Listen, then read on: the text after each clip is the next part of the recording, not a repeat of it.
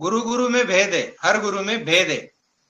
अलग अलग तरीके के गुरु होते हैं, जिनकी जैसी पहुंच होती है वैसे। लेकिन जो परमहंस होते हैं उनको नियम नहीं होते। परमहंस वो डिग्री है, परमहंस। परमहंसों को नियम नहीं होते। तो ये बात भी समझ लेना। कोई कुछ भी जबान उठा लेता है, बोल देता है किसी को भी, अरे ये तो तांत्रिक मांत्रिक है, ये ऐसा है, ये वैसा है। तंत्र मंत्र यंत्र समझते हो क्या है? तंत्र का मतलब होता है प्रोसेस। प्रोसेस यानी क्रिया। ये तंत्र में जो चलती है, मारण क्रिया, वशीकरण क्रिया, जो भी क्रियाएं चलती है, तो वो अघोर से रिलेटेड क्रियाएं है। तो क्या बस उतना ही तंत्र मंत्र है? तंत्र का मतलब होता है टेक्निक। तंत्र निकेतन बोलते हैं यहाँ पर, यानी जो टेक्निकल इंजीनियर्स होते हैं उनको तांत्रिक बोलते हैं यहाँ पर।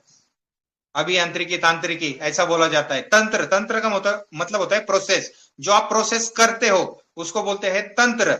और वो प्रोसेस कैसे करनी है, वो जो लिखा होता है थेरोटिकल, उसको बोलते हैं मंत्र। कि वो मंत्र से वो प्रोसेस अगर की तो जो प्रकट होगा उसे बोलते हैं यंत्र। यानी समझो एक उदाहरण के लिए कि आपको एक पिस्टल बनानी है, तो पिस्टल कैसे बनती है उसके स्पेयर पार्ट का लिख दिया कि ये पिस्टल का ये ट्रिगर होगा, ये शूटर होगा, यहाँ पर गोलियां बैठेगी और ये बॉडी होगी, ये मेटल से बनेगी, ये सब कुछ जो लिख दिया ना, वो हो गया मंत्र शास्त्र। अब वो अलग अलग अलग स्पेयर पार्ट को एक साथ कर लिया, जोड़ दिया।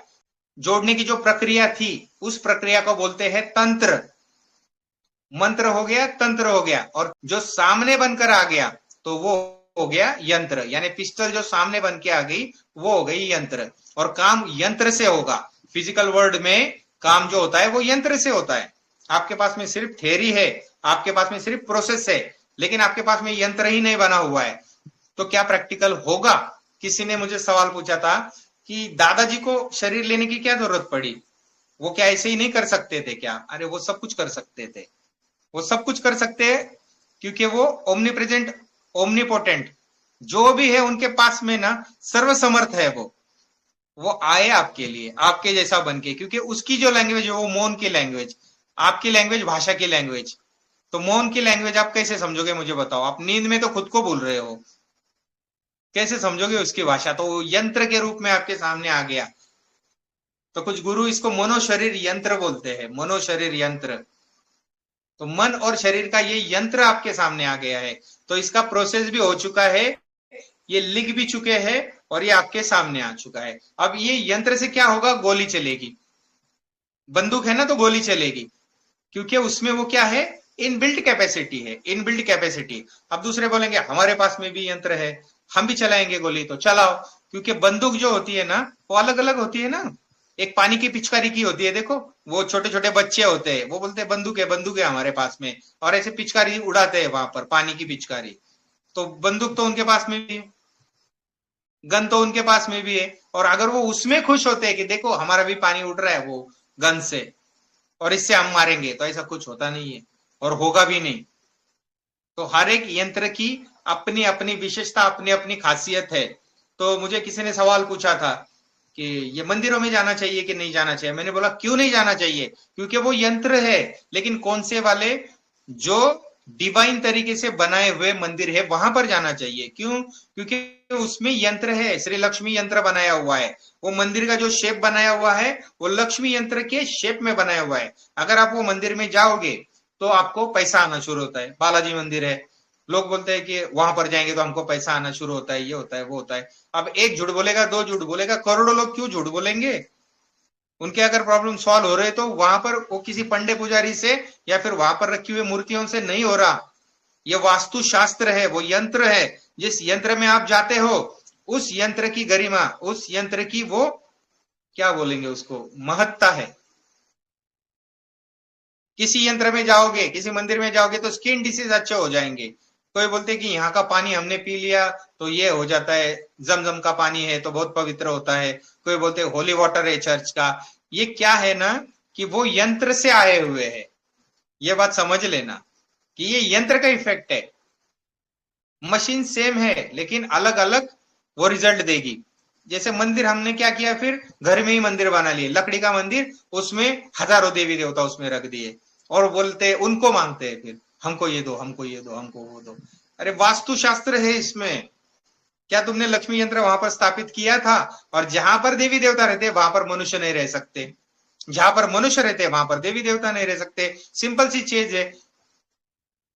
आपके शरीर जो है वो गंदगी करने वाले शरीर है, देवी देवताओं की शरीर वैसी गंदगी नहीं करते हैं। तो दोनों की मैचिंग होती है क्या ये चीज में? अपने घर में रास्ते पर चलते हुए सुअर घर में लाके रखते रखते हो क्या? नहीं रखोगे ना, क्यों? मैच ही नहीं होता। वो दो अलग अलग, एक ही पृथ्वी पर है, फिर भी मैच नहीं होता। कोई बोलेगा नहीं कुछ लोग दादाजी पालते हैं घर में, ये होता है वो होता है, तो ये चक्कर में नहीं। मेरा बोलने का जो मतलब है उस पे जाओ। देवी देवता अलग कैटेगरी है, मनुष्य अलग कैटेगरी है। तो आप घर में जब वो बना देते हो उसके रहने की जगह, या तो आप रहो या तो वो रहेगा। अब देखो ऐसी कल्पना करो कि सबको बालाजी भगवान बड़े पर बड़े अच्छे लगते हैं सबको, और सब बोलेंगे कि आज के बाद में हम ना पैसा खिलाएंगे ट्रस्टी को जो भी बालाजी के है, और एक छोटी सी खोली बनाएंगे। किसमें? वो मंदिर में। और ऐसे कितने लोग बोल रहे हैं? 1 करोड़ लोग बोल रहे हैं। तो मुझे बताओ वो मंदिर मंदिर बचेगा क्या? 10,000 लोग बोलेंगे कि हमको जाना है, तो वो मंदिर मंदिर बचेगा क्या? हमको उस मंदिर में ही रहना है, हमको वो भगवान के पास में ही रहना है।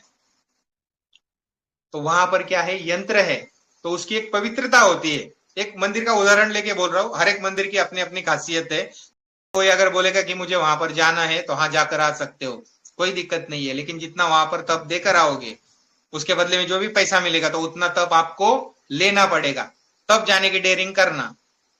क्योंकि यहाँ पर पहली जो 360 डिग्री है वो क्रॉस होगी तप से, तब से होगी। तो उसके लिए तब ऐसा बांटते मत फिरो, यही बोलूंगा। फिर भी आप बड़े बाप की बिगड़े औलाद, मैंने किसी को बोला था कि फिर अगर वो किसी के खून माफ कर सकता है, फांसी की शिक्षा माफ कर सकता है राष्ट्रपति जी, तो वो अपने बच्चे की नहीं करेंगे क्या? तो ऐसा बोला था मैंने उनको। तो वो रूल आपके लिए भी है, लेकिन उसके लिए क्या है कि आपने पिताजी मानना चाहिए। अगर कोई बोलेगा कि ये हमारे पिताजी है, मन से मानते हैं, और हम नहीं मिलते हैं इनको, तो कैसे? तो रोल में हो क्या? तो सबसे पहले आपने आपको यही सवाल पूछना है, क्या मुझे सिमरन है, क्या मुझे स्मरण है कि मुझे कहाँ जाना है? अब चलो ये सिमरन तो नहीं है कि मैं कहां से आया हूं, लेकिन दादाजी ने आपको ये बता दिया है। दादाजी ने दिव्य दृष्टि में ये सब कुछ चीजें आपको दिखाई हुई है कि आप कहां से आए हुए हो। तो इसमें से बहुत सारे लोग हैं जो दिव्य दृष्टि में ये सारी चीजें देखते हैं कि कहां से आए हुए हो। तो क्या आपको सिमरन नहीं कराया गया कि आप कहां से आए हुए हो?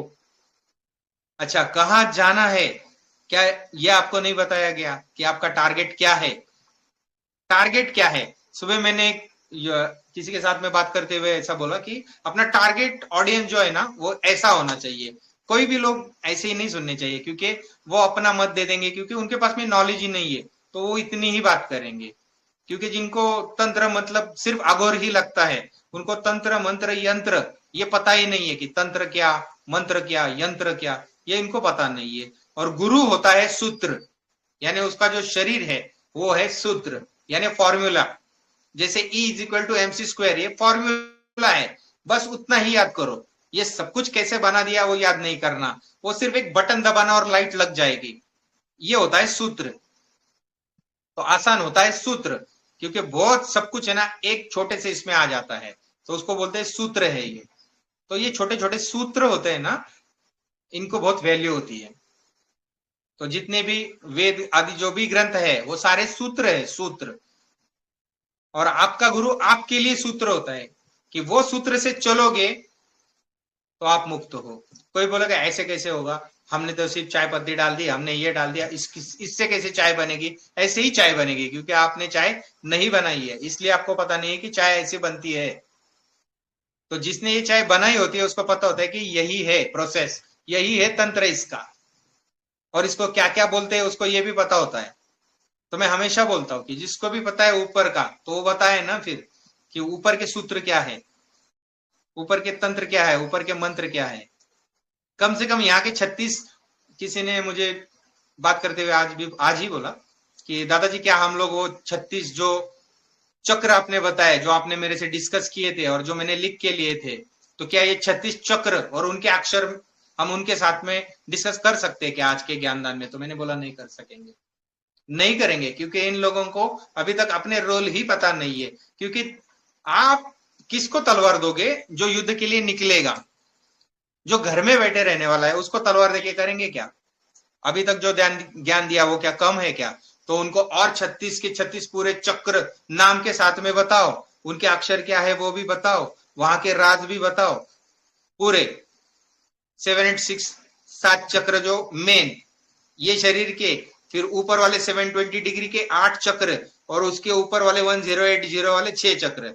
तो ये चक्रों के भी राज उनको बताओ 786 के। तो वो आंकड़ा तो आ चुका है 786 का, तो वो तो बता दिया गया है, उसका रहस्य भी एक ज्ञानदान में खोला गया है, लेकिन उसका डिटेलिंग नहीं बताऊंगा। जिसको भी पता है उसको बताने दो, जिसको भी पता है ना कि ये 786 चक्र कैसे है उसको बताने दो, ये शरीर के 36 चक्र कैसे है उनको बताने दो। क्योंकि मैंने तो तुमको नाम के साथ बता दिया है, नाम के साथ बता दिया है, और इससे ज्यादा और क्या प्रूफ दे दूं? तो ये 36 चक्र के नाम के साथ बता सकता हूं, तो इसके ऊपर के भी बता ही सकता हूं। या तो फिर उनको बताने दो जिनको अपने रोल याद आ गए हैं, जिनको अपने रोल याद आ गए कि हम कौन है। तो अगर नहीं याद है तो उनको फिर मैं बोलता हूं वैसे चलना पड़ेगा, जैसे दादाजी ऊपर से ज्ञानदान देंगे वो सुनना पड़ेगा। और कोई बोलेगा कि नहीं ऊपर वाला ही ज्ञानदान दो, ऊपर वाला ही ज्ञानदान दो, तो पहले यहाँ का बताओ, यहाँ का बताओ। क्योंकि एक ज्ञानदान बता दिया कि बीज में वृक्ष कैसे रखा जाता है, तो एक हिंदी लैंग्वेज में बोलते हैं बत्तियां गुल हो गई, सबके दिमाग उड़ गए कि ये क्या चल रहा है, ये क्या चल रहा है। सभी गुरु बड़े हैं अपनी अपनी ठौर, सभी गुरु बड़े हैं अपनी अपनी ठौर, जो शब्द का लखाव कराए सो माथे का मोर। कबीर जी क्या बोल रहे हैं? सारे गुरु बड़े हैं लेकिन अपनी अपनी जगह पे, अपनी अपनी जगह पे सब बड़े, सबको प्रणाम है, सबको वंदन है, मेरी तरफ से भी वही है, सबको प्रणाम सबको वंदन। जितने भी गुरु के रोल में है इस पृथ्वी पर अभी, जितने भी सत्संग चलाने वाले हैं, जितने भी संत महंत परमहंस है, सबको मेरा प्रणाम, जय श्री दादाजी सबको, लेकिन अपनी अपनी जगह पे। जो शब्द का लखाव कराए सो माथे का मोर, तो जो लखाव कराया जा रहा है वो आप लखाव कराओ, बस दिखा दो सबको। अगर आपकी पहुंच है तो दिखा दो, क्योंकि झगड़े तो है नहीं ना, फिर हम भी उसी लेवल पे, आप भी उसी लेवल पे, आप भी वही रोल कर रहे हो, हम भी वही रोल कर रहे हैं, फिर झगड़ा किस बात का? और यहाँ पर तो पैसे भी नहीं लिए जाते, तो झगड़ा किस बात का? क्या चाहिए? कुछ भी नहीं चाहिए, दूर से ही लोग जय श्री दादाजी कर देते हैं, तो मानेंगे कि दादाजी के पास में ये पावर है। लेकिन जब रोल करने की बारे आएंगे तब बोलेंगे कि नहीं ये प्रॉब्लम है, वो प्रॉब्लम है, वो प्रॉब्लम है। अरे अपने लिए रोल कर रहे हो, दादाजी के लिए रोल नहीं कर रहे हो, क्योंकि तुमने चूज किया कि जब राम थे तब हम जन्म लेंगे, तुमने चूज किया कि जब कृष्ण भगवान थे हम जन्म लेंगे, ये तुम्हारी ही चॉइस थी। कि जब बुद्ध थे तब तुमने चॉइस किया। अब बुद्ध के जमाने में अगर आपने जन्म लिया है, बुद्ध के टाइम पे अगर आपने जन्म लिया है, तो आपको तो वैरागी होना पड़ेगा, आपको तो शरीर पे चिवर धारण करना पड़ेगा। चिवर का मतलब होता है वो जो वस्त्र होता है, काशाय वस्त्र, उसको चिवर बोलते हैं भगवान बुद्ध की लैंग्वेज में, पाली लैंग्वेज में। तो आपको तो वो वस्त्र पहनने पड़ेंगे, आपने चूज किया था, तो राम के लिए युद्ध तो आपको करना पड़ेगा, राम के टीम से आपको युद्ध करना पड़ेगा। अगर आप सत्य की साइड में रहते हो तो सत्य के लिए आपको लड़ना पड़ता है। अगर आपने महाभारत के टाइम पे, अगर आपने कृष्ण के टाइम पे जन्म लिया हुआ है तो आपको युद्ध में शामिल होना होगा, क्योंकि जो युद्ध में मारा जाएगा वो स्वर्ग को प्राप्त करेगा, और अगर जीत जाएंगे तो विजेता कहलाएगा। तो कृष्ण भगवान ने अर्जुन को भी यही बताया था कि अगर जीत जाओगे तो चक्रवर्ती सम्राट कहलाओगे, क्योंकि सब तो राजे महाराजे वहां पर आए हुए हैं और सब तुम्हारी लीडरशिप एक्सेप्ट कर लेंगे कि ये विजेता है, इसने जीत लिया कुरुक्षेत्र को, तो सम्राट कहलाओगे। और अगर मर गए तो वीर गति को प्राप्त होके, क्षत्रिय का धर्म होता है युद्ध, और युद्ध लड़ते लड़ते मर जाओगे तो स्वर्ग को प्राप्त करोगे। कौन सा वाला स्वर्ग? विष्णु वाला स्वर्ग प्राप्त करोगे। तो क्या है, कृष्ण क्या कर रहे हैं? कृष्ण भगवान क्या कर रहे हैं? सिमरन करके दे रहे हैं कि तुम कौन हो, तुम कौन हो, अरे युद्ध करना है।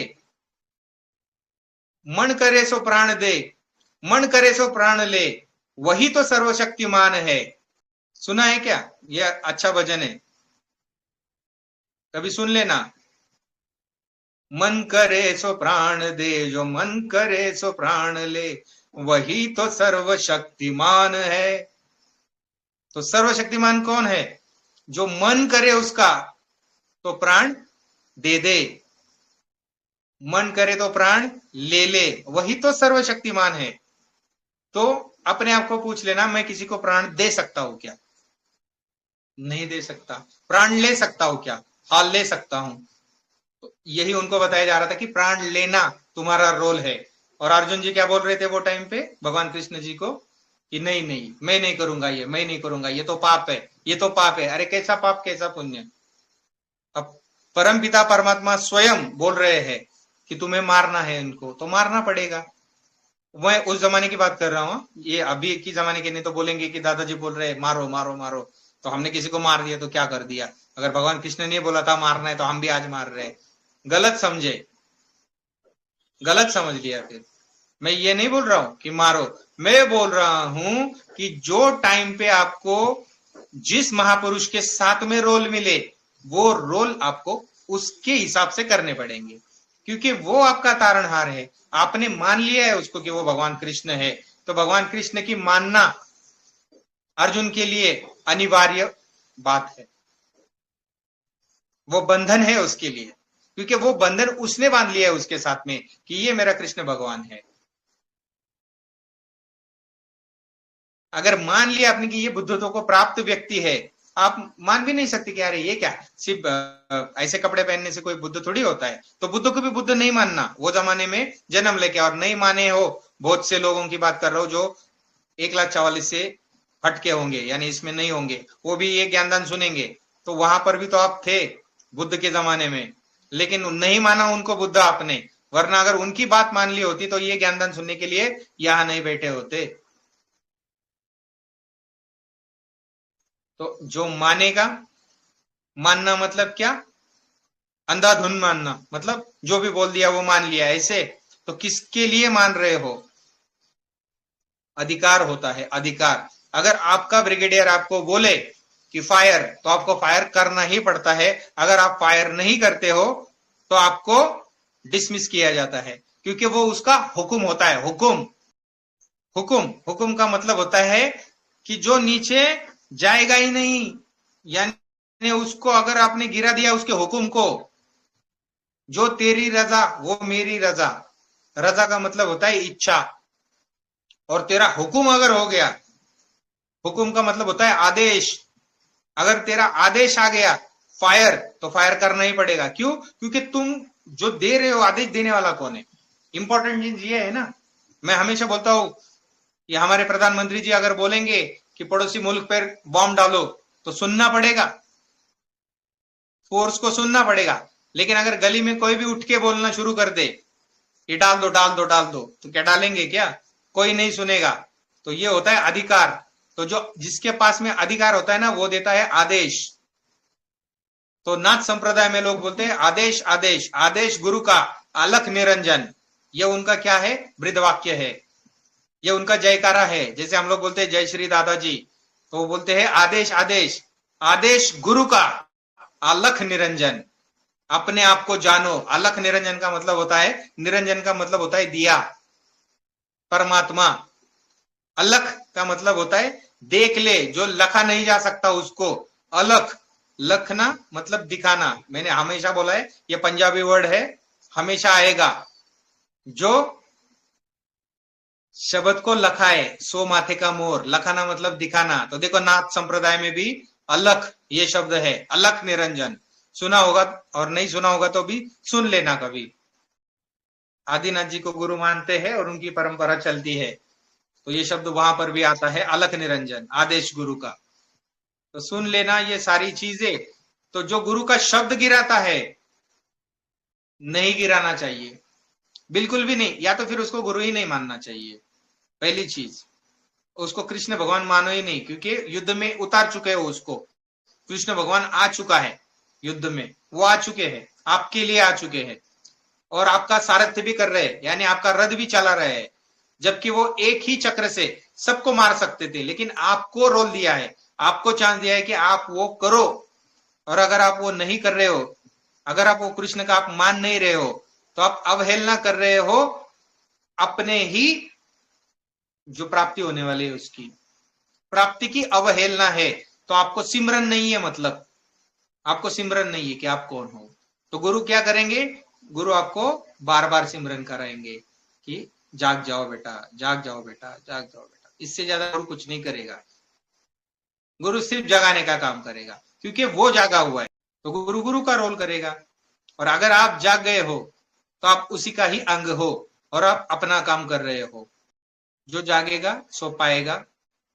जागा मतलब वो कर रहा है, वो रोल में है, उससे पता चलेगा।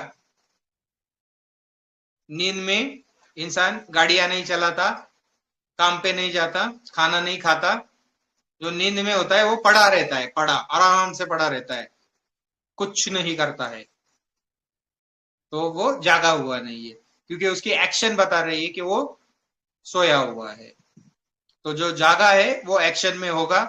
जो सोया है वो भले ही दावा करे या लिख के रखे कि मैं ये काम कर रहा हूं, तो वो किसके लिए लिख रहा है, जो पढ़ेगा, जो जागा हुआ है वो पढ़ेगा, खुद तो सोया हुआ है। तो दिखावटी भूल भुलैया में नहीं फंसना है किसी ने भी, और अपने रोल की तरफ जागृत होना है कि हमें क्या करना है, क्योंकि आप जाग चुके हो। और जब भी मैं बोलता हूँ 1,44,000 है, तो उनको कौन जगाएगा। अब अगर आपके रिलेटिव्स होंगे सोए हुए पड़े हुए, उनको कौन जगाएगा। आपके दोस्त है जो दादाजी के कांटेक्ट में बाद में आएंगे, अभी नहीं आ सकते, तो क्या राह देखते हो तीसरा महायुद्ध होने की और उसके बाद में दादाजी जगाएं। क्या ये सोचते हो कि ऐसा होगा, तब तब का तब देखा जाएगा। तो ये भ्रम में नहीं रहना किसी ने भी कि जब टाइम आएगा वो टाइम पे देख लेंगे, तो कुछ नहीं देखा जाएगा उस टाइम पे। तो ये हाथ में फेरने वाली माला, ये मुख में फेरने वाली जीभ और चारों दिशाओं में भटकने वाला ये मन, इसको छोड़ दो, अपने आप को जान लो और अपना कार्य शुरू कर दो, क्योंकि कर रहे हो अपने लिए। नहीं तो बाद में पछताओगे कि अरे राम की टीम से आया था, ना राम का बना ना रावण का। तो उनके लिए क्या योजना बनाकर रखी हुई है वो अलग है। जैसे जब कृष्ण भगवान ने क्या किया था, अज्ञातवास में ये लोग जब थे 5 पांडव, तो उसमें से अर्जुन जो थे वो बृहन्नड्डा बन गए थे। बृहन्नड्डा, बृहन्नड्डा का मतलब समझते हो, जिनको हम थर्ड जेंडर बोलते हैं, तो ऐसे बन गए थे थर्ड जेंडर। और वहां की रानी को वो नृत्य सिखाया करते थे, वहां की एक युवराजनी को, यानी प्रिंसेस को। तो उनको क्या बना दिया गया था, बृहन्नड्डा। तो ये क्या होता है ना, यानी साड़ी पहना दी गई थी उनको। क्यों पहना दी गई थी, ताकि वो अगर युद्ध से मुंह मोड़ लेंगे तो उनके अगले जन्म 101% बृहन्नड्डा के जैसे ही होने वाले थे, क्योंकि ऑलरेडी इसी जन्म में, यानी उस जन्म में उनको साड़ियां और चूड़ियां पहनाई गई थी। ना जेंट्स बन पाएंगे ना लेडीज बन पाएंगे, थर्ड जेंडर बन जाएंगे। और शंका होगी तो सिर्फ ये पढ़ लेना, कभी भागवतम पढ़ लेना या भगवत गीता के सीरियल्स देख लेना, उसमें भी पता चलेगा कि अर्जुन जी बने थे कि नहीं बने थे और भगवान कृष्ण ने क्यों बना लिया था। तो ये तैयारियां पहले से ही करवाई जा चुकी है। तो कोई भी युद्ध का मैदान नहीं छोड़ सकता, क्योंकि युद्ध शुरू हो चुका, युद्ध शुरू हो चुका है। तो युद्ध से कोई भी पीछे नहीं हट सकता, क्योंकि उसके जो परिणाम होंगे जिसके बारे में आप सोच भी नहीं सकोगे कि ऐसे भी परिणाम हो सकते हैं क्या। तो अपने अपने रोल में आ जाओ, अपने लिए आ जाओ, क्योंकि प्राप्ति आपको करनी है, परम मुक्ति आपको पानी है, किसी और के लिए नहीं है। क्योंकि ये शरीर छूटने वाले हैं, ये शरीर छूटने वाले हैं। तो जो शरीर नहीं छूटते हैं या ऐसी जगह पर हमें जाना है, तो उसके बारे में भी सिमरन करना शुरू कर दो कि कहाँ जाना है। जैसे ही मैंने पहले आते बोला कि क्या आपको याद है कहाँ जाना है, तो अगर आपको याद है 360 डिग्री, 720 डिग्री, 1080 डिग्री, परमाद्य परम पिता परमात्मा और परम मुक्ति, अगर ये याद है तो कहाँ जाना है। हर रोज अपने आप को, ये शरीर को याद दिलाओ, ये मन को याद दिलाओ, ये जुबान से याद दिलाओ, ये माला फेरो 108 बार, 108 बार माला फेरो कि अरे कहीं मैं ये 108 वाला तो नहीं हूं, और अगर इन 108 वालों में से मैं होऊंगा तो मेरा कितना बड़ा नुकसान होगा। बाकी लोगों का तो छोड़ ही दो, मेरा कितना बड़ा नुकसान होगा अगर मैं ये 108 में से होऊंगा या होऊंगी तो। अगर मैंने अपना रोल पूछ लिया और मैं नहीं कर रहा हूं या नहीं कर रही हूं तो क्या होगा, क्योंकि ये मैंने डिसाइड किया है, मेरे लिए किसी ने डिसाइड नहीं किया है ये। मुझे पता था ये शरीर के रोल्स क्या होने वाले हैं, मुझे पता था। मुझे मतलब अपने आप को, सबको, जो भी 108 वाले हैं मैं उनकी बात कर रहा हूं। आपको तो 101% पता था कि आप क्या रोल करने वाले हो। दादाजी के सबसे नजदीक वाले आप ही रहने वाले थे। कृष्ण के सबसे नजदीक वाले 5 पांडव भी होंगे ना, क्या कोई और होंगे? कृष्ण के सबसे नजदीक 16,108 गोपियां होंगी ना, और कौन होंगे? कृष्ण के नजदीक जो गांव वाले थे, जो मथुरा वाले थे, जो वृंदावन वाले थे, वही होंगे ना। तो ये भी मैंने इशारे कर दिए हैं कि आप नजदीक वाले हो, 1,44,000 में हो, 1,008 में हो, या और कुछ हो। तो आपके रोल क्या बताते हैं? आप नजदीक वाले हो कि दूर वाले हो? अपने आप को पूछ लेना, अपने आप को पूछ लेना किस चीज को वैल्यू दे रहे हो। या तो फिर समझा नहीं है, दो चीज को और समझ के ले लो, और समझ के ले लो। हर ज्ञानदान में आपको जगाया जाएगा, हर ज्ञानदान में आपको इशारा किया जाएगा कि अपने आप को जानो, अपने आप को जानो।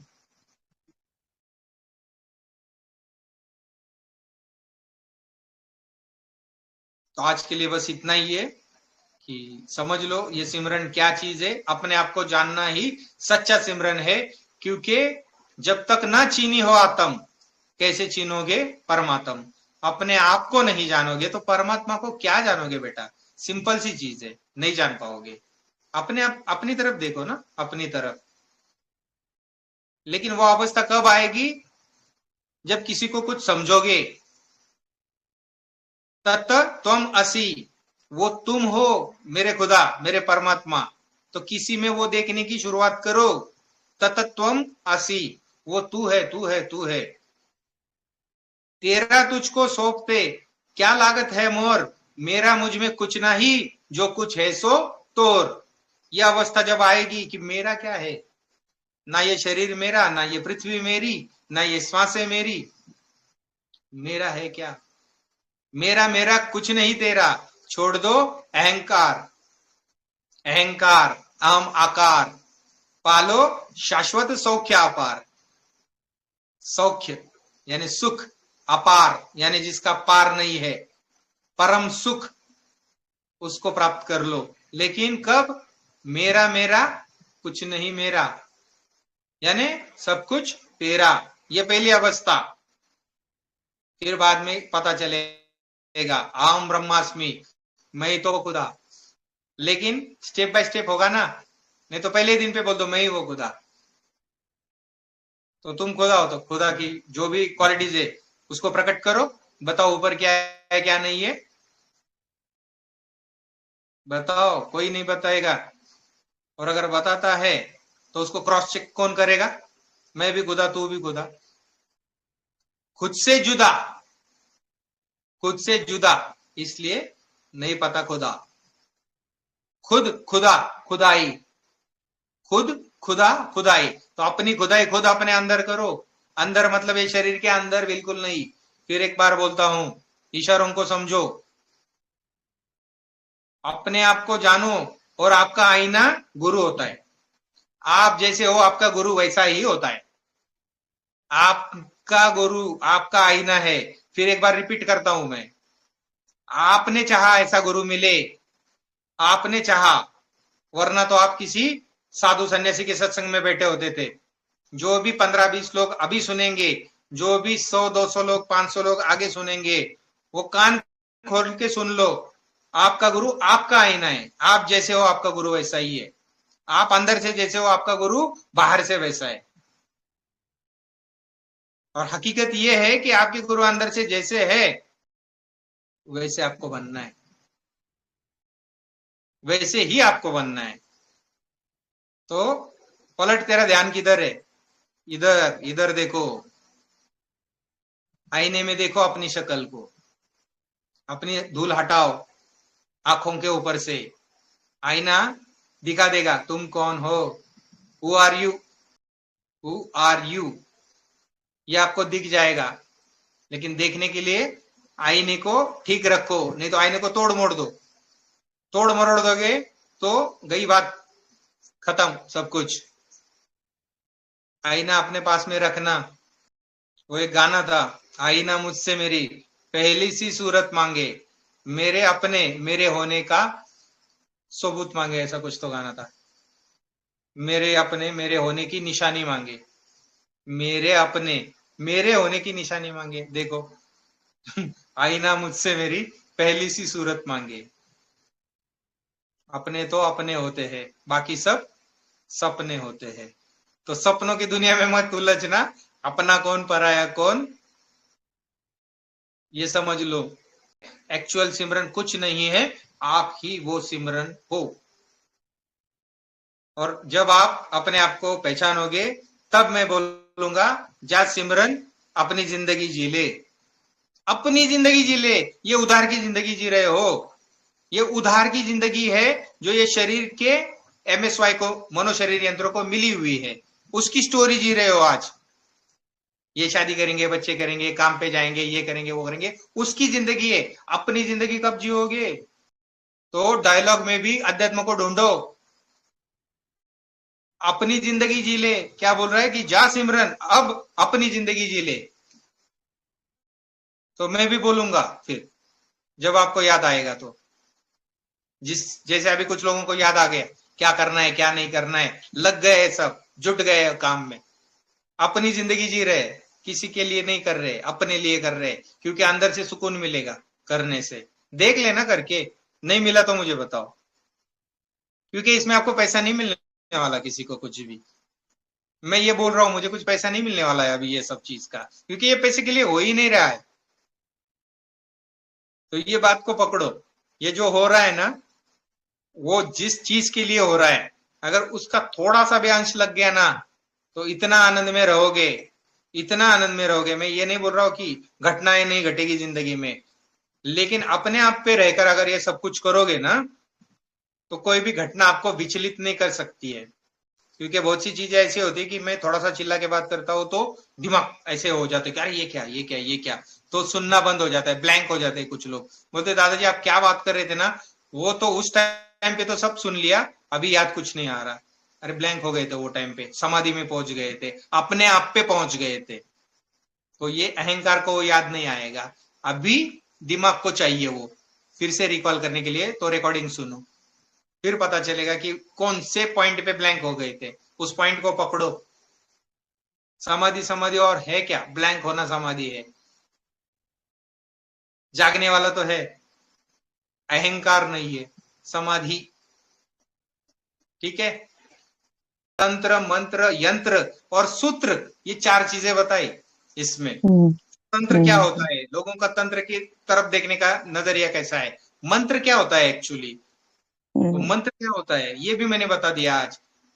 यंत्र क्या होता है, जो सामने बन के आ गया, तो मंदिर हाँ जी, यंत्र है। हाँ जी, हाँ जी, हाँ जी, हाँ देखो जी। कैसे होता है ना, अगर सिंपल में बताया जाए तो करंट सेम ही हम्म, होता है, बराबर है। हम्म, अगर वो करंट फ्रिज में चला जाएगा तो बर्फ बनाएगा यानी कूलिंग करेगा। जी, अगर वो करंट गीजर में जाएगा तो गर्म पानी निकालेगा। और वही हाँ जी, करंट अगर आप ट्यूब लाइट में डालोगे तो वो प्रकाश हम्म, करेगा। करंट का हम्म, उसमें क्या है, गुण है कि वो जिस शरीर को मिलता है ना उसके जैसा वो बिहेव करना शुरू कर देता है। वैसे हाँ जी, जीवात्मा का भी वैसे ही होता है, जिस हाँ शरीर को जी, पकड़ता है वैसा बिहेव करना शुरू करता है। मनुष्य के शरीर को पकड़ता है तो मनुष्य के जैसे बिहेव करता है, हाँ शेर जी, के शरीर को पकड़ेगा तो शेर के जैसा बिहेव करेगा, और हम्म, देवी देवता के शरीर को पकड़ेगा तो देवी देवता के शरीर के जैसा यानी देवी देवता के जैसा बिहेव करेगा। तो मैं यही बोल रहा हूं कि यहीं पे डिसाइड होगा कि आप परम शक्ति के शरीर को पकड़ो या परमात्मा के शरीर को पकड़ो, ये आप डिसाइड करो, ये आपकी चॉइस होगी, आपको मिलेगा। हाँ जी, आप हम्म, ऑटोमेटिक वैसा बिहेव करना शुरू कर दोगे, और वो हम्म, आपको दिया जाता है। अपना हम्म, सत्संग उसके आगे शुरू होता है। किसी ने बोला कि अपने सत्संग में और बाकी सत्संग में फर्क क्या है, दोपहर में एक कॉल पे मैं बात कर रहा था, दादाजी वो भी यही बताते हैं उनके यहाँ पर भी ऐसा दिखाया गया, परम पुरुष है और उसके ब्रह्मा विष्णु महेश उनके नीचे है और ये है। मैंने बोला बेटा, वो लड़का छोटा है, 10वीं में है, मैंने बोला बेटा ऐसा नहीं है, उनके पास में जो अंतिम है, अंतिम यानी जो प्राप्ति करनी है परम पद की, वो अपने यहाँ पे शुरुआत है। पहले ही गले में रुद्राक्ष डाल दिया तो आपको परमात्मा बना दिया जाएगा, परम शक्ति बना दिया जाएगा। तो आपकी शुरुआत परम पद से होगी और उसके ऊपर जाना है हमको। तो उनका जो भी एंड रिजल्ट है ना, वो हमारा स्टार्ट पॉइंट है। तो कंपैरिजन नहीं करना, तुम जाओ वो सत्संग में भी जाओ, वहां पर भी देखो क्या मिल रहा है क्या नहीं मिल रहा है, क्योंकि अभी बच्चे हो, ठीक है, दिव्य दृष्टि आपको थोड़ी बहुत है, ये है वो है, आप वहां पर भी जाओ। हमने कभी भी नहीं बोला है कि किसी सत्संग में नहीं जाना, सारे सत्संग अपने हैं, सारे धर्म अपने हैं। हाँ जी, उसको छोड़ के कुछ है ही नहीं, सारे हाँ जी, यंत्र अपने ही है। हाँ जी। पॉजिटिव रहो, जिंदगी में सब कुछ मिलेगा।